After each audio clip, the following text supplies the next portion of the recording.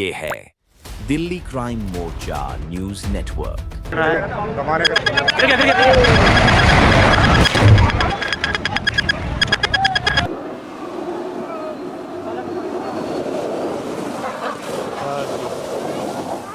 लो, ये देखो भाई साहब ने ये भी नहीं देखा कि पीछे कोई है नहीं है। ये स्थिति है इस रोड की, ये हालात हैं यहाँ पर इस रोड के। GDA यानी कि गाजियाबाद डेवलपमेंट अथॉरिटी के माध्यम से एक नाले का निर्माण कार्य किया जा रहा है। उस नाले के निर्माण कार्य के दौरान एक JCB मशीन आती है और वो JCB मशीन मकान की नींव खोद देती है, जिस कारण ये मकान अचानक भरभरा कर गिर जाता है। सरकारी लापरवाही, सरकारी एजेंसियों की लापरवाही के कारण जिस वक्त ये हादसा हुआ उस वक्त ना तो यहाँ पर कोई भी वरिष्ठ अधिकारी मौजूद था, महज एक अनपढ़ गवार JCB वाले को मैं ऐसा इसलिए कह रहा हूँ क्योंकि उसकी वजह से एक पूरा परिवार का सपना ध्वस्त हो गया। एक पूरे परिवार की कमाई जिंदगी भर की वो मलबे में पल भर में तब्दील हो गई। इसमें दो फैमिली ऊपर रह रही थी और एक नीचे हमारी दुकान थी मोटरसाइकिल स्पेयर पार्ट की। वो सब सामान इसी में दबा है और दोनों फैमिलियों का सामान इसी में दबा है। दिल्ली पुलिस की गाड़ी को कितनी मशक्कत करनी पड़ रही है निकालने के लिए। देखिए आप, ये हालात हैं इस रोड के। यहाँ के विधायकों पर तमाचा है ये कि इस रोड का 3 ट्रिपल इंजन की सरकार और उसके बावजूद ये हालात हैं। इसमें कम से कम भी नहीं तो 8-10 लाख का बाइक रिपेयरिंग का माल भर रखा था, प्लस 3 किराएदार थे इसमें। तीनों किराएदारों का सारा कुछ, TV, फ्रिज, कूलर, पंखे, 3 किराएदारों का सारा माल इसी में दबा पड़ा। सब कुछ नहीं निकला हुई थी। यहाँ पे GCB वाला जो है नाले की चौड़ाई और गहराई निकाल रहा था और हमने उससे मना भी करी थी कि भाई इतनी गहराई मत लेवे और इसमें तू बार बार पिलर में हमारे में टक्कर मार रहा है यार, हमारा मकान गिर गया तो इसका कौन जिम्मेदार है। उसने नहीं माना और वो खुदाई करता रहा और करने के बावजूद जब हमारा एक पिलर टेढ़ा पड़ गया, जब यहाँ से हटा के और अलग लेके और तेज भग गया। के पीछे वाला मकान देखेंगे वो भी बुरी तरीके से डैमेज हुआ है, उसको भी भारी नुकसान यहाँ पर पहुँचा हुआ है और बाकी के जो मकान है वो लोग भी यहाँ से खाली करके जा चुके हैं और वो लोग यहाँ पर मौजूद नहीं है। कुछ मकानों में यहाँ पर शायद सीलिंग भी की हुई है। कोई दिल्ली में बता रहा, कोई यूपी में बता रहा, कोई सिस्टम सुनवाई नहीं कर रहा। हम 3 दिन से परेशान हैं, यहाँ पर कोई सुनवाई नहीं हो रही है। अभी उनकी बच्ची सो रही थी, जैसे ही लगा कि गिरने वाला है तो खाली हो गया है। बस सामान सारा उसी के अंदर है। इसके अंदर पुष्पेंद्र भाई की दुकान है, दुकान बाइक की थी, बाइक का सारा सामान दब गया है, किराएदारों का सारा सामान दब गया है, बहुत नुकसान हो गया है। सर हम तो ये चाहते हैं जो किराएदारों को नुकसान हुआ वो उनको दे दें। जैसा हमारा खड़ा था बस वैसा खड़ा कर दें, जो सामान था वो दिला दें, हमारा जो इसमें निकले वो दिला दें। बस ज़्यादा हमें जैसा खड़ा था वैसे ही खड़ा कर दें बस। नमस्कार, जय हिंद। आप देख रहे हैं दिल्ली क्राइम मोर्चा। मेरी मौजूदगी इस वक्त राजधानी दिल्ली के करावल नगर विधानसभा में है और अक्सर हमारे समाज में कहा जाता है कि विकास कहीं ना कहीं विनाश लेकर अवश्य आता है। ऐसा ही एक परिवार के साथ बीते दिनों यहाँ पर हुआ। आपको बता दें, बीते दिनों शाम के लगभग 5 से 6 बजे के आसपास मेरे पीछे जो इमारत देख रहे हैं और उसके स्क्रीन पर आप तस्वीर देख रहे होंगे, भरभरा कर ये इमारत जो है जमींदोज हो जाती है। उसके पीछे की वजह यह है कि यहाँ पर GDA यानी कि गाजियाबाद डेवलपमेंट अथॉरिटी के माध्यम से एक नाले का निर्माण कार्य किया जा रहा है। उस नाले के निर्माण कार्य के दौरान एक JCB मशीन आती है और वो JCB मशीन मकान की नींव खोद देती है, जिस कारण ये मकान अचानक भरभरा कर गिर जाता है। इसमें रखे लोगों के लाखों रुपए के सामान वो भी मलबे के अंदर दब जाते हैं। लोगों को इतना भी टाइम नहीं मिल पाता कि वो अपने सामान को बाहर निकाल पाएँ। और ये सब कुछ क्यों होता है? सरकारी लापरवाही, सरकारी एजेंसियों की लापरवाही के कारण।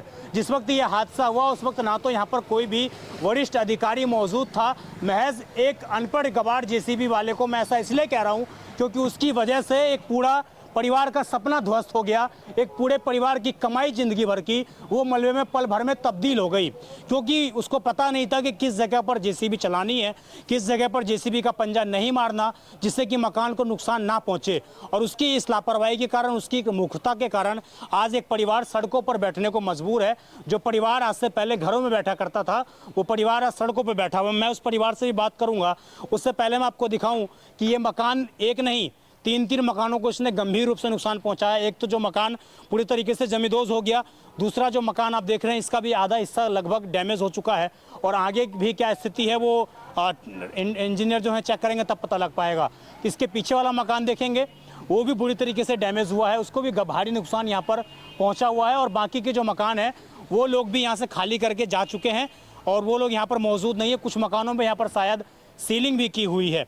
तो पूरा मामला क्या है, मैं इन लोगों से बात करता हूँ कैसे इतनी बड़ी लापरवाही के कारण, और ये खबर जो है सभी को सावधान करने वाली है कि सिस्टम के कारण यहाँ पर दी गई लोगों के द्वारा ये दुख उनको दिया गया है। और एक नाले के निर्माण के बाद इस तरीके से इस पूरी स्थिति को बनाया गया है। उस नाले की तस्वीर भी आप स्क्रीन पर देख रहे होंगे कि किस प्रकार एक छोटा सा नाला जिसका निर्माण किया जा रहा है, और उस छोटे से नाले के ने पूरे 3 मंजिले के मकान को अपने में निगल लिया।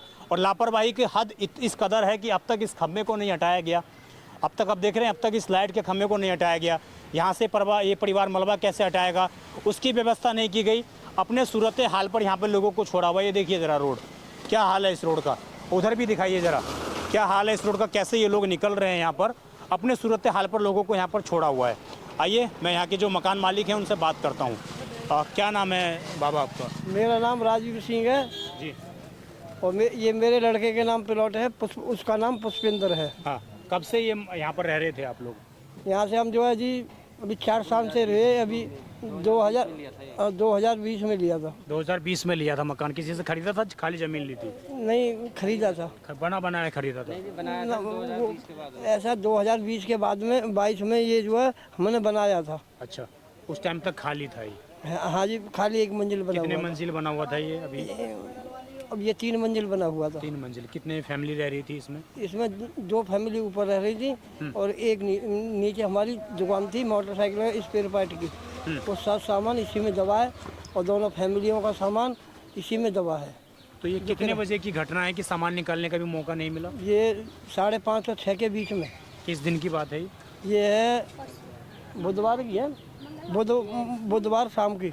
बुधवार शाम की 5-6 बजे की घटना है। हाँ। तो उस टाइम पर क्या काम हो रहा था रोड पर?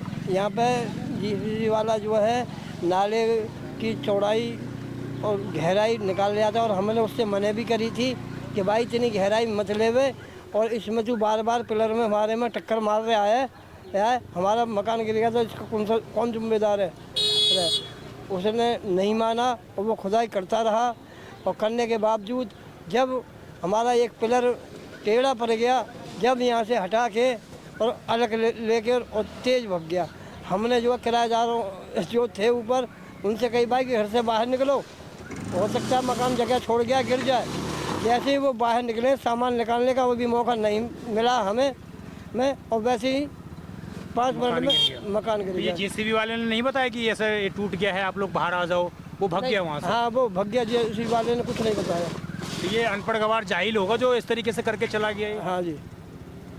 इसके बाद अभी आप हमने लोग मना भी करी थी जी उससे, जेसीबी वाले से, मगर फिर भी वो जो खोदता ही रहा, मतलब पीछे नहीं हटा वो? पीछे नहीं हटा।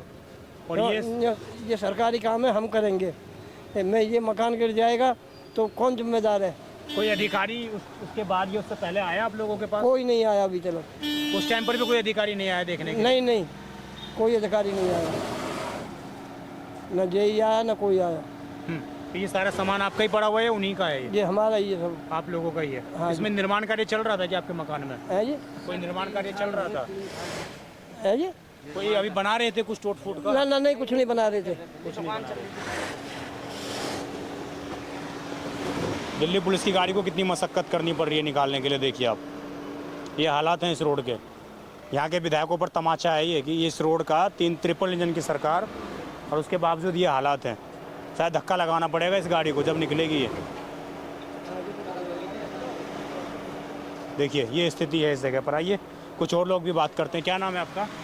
पंकज है जी, मेरा नाम पंकज है जी। आप भी इसी मकान से जुड़े? जी हाँ, ये मेरे भाई का मकान है जी। आपके भाई का मकान है? हाँ जी, हाँ जी। तो ये जो पूरा हादसा हुआ उसके बाद कोई सिस्टम आपके पास आया? ये किसके द्वारा नाला बन रहा था? सिस्टम आ रहा है, कोई दिल्ली में बता रहा है, कोई यूपी में बता रहा है, कोई सिस्टम सुनवाई नहीं कर रहा। हम 3 दिन से परेशान हैं, यहाँ पर कोई सुनवाई नहीं हो रही है। अभी हमारी कोई सुनवाई नहीं हो रही। 3 दिन से हम ऐसे ही पड़ेंगे, रात में भी यहीं बैठना है, सुबह भी यहीं बैठना है।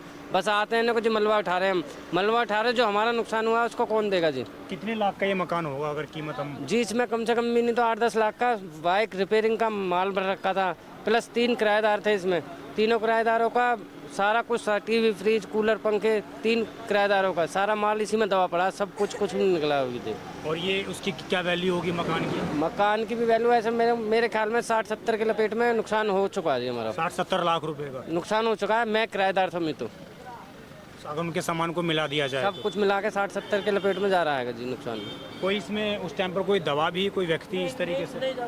दवा ववा कुछ नहीं था जी, सब निकल गए थे। मतलब जैसे वो दरार चटकी थी तो सबको बोल दिया था कि ना भाई बाहर निकल लो, पहले जान बचाओ, माल तो बाद में भी हो सकता है।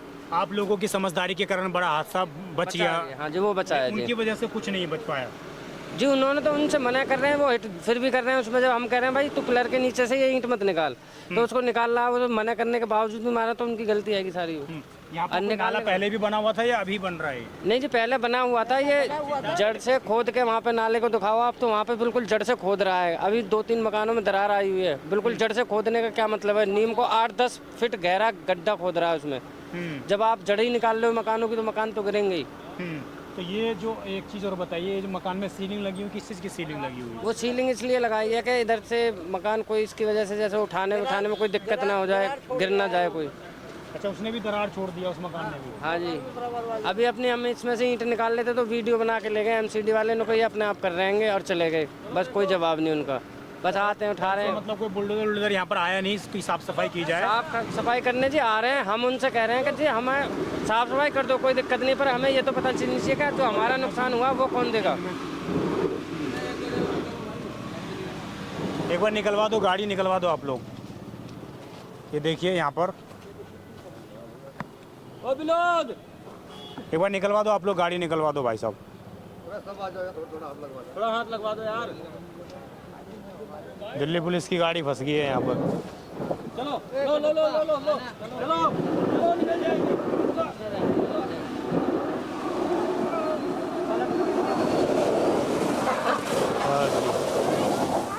लो, ये देखो भाई साहब ने ये भी नहीं देखा कि पीछे कोई है नहीं है। ये स्थिति है इस रोड की, ये हालात हैं यहाँ पर इस रोड के। और आप देखिए इतनी लापरवाही कि अब तक जो खम्मा लगा हुआ है, इस खम्मे को भी नहीं हटाया गया अब तक। यहाँ पर ये स्थिति है और ऐसे जो है यहाँ पर पूरा किया हुआ है। मैं दोबारा एक बार परिवार से बात करता हूँ। और भी आप भी इस मकान से हैं? इसी मकान से जुड़े हुए हैं आप? हाँ जी, मेरे दोस्त का मकान वाले है। मकान का कोई है यहाँ पे? नहीं, उधर ही है, वो तो बुलाने पड़ेंगे।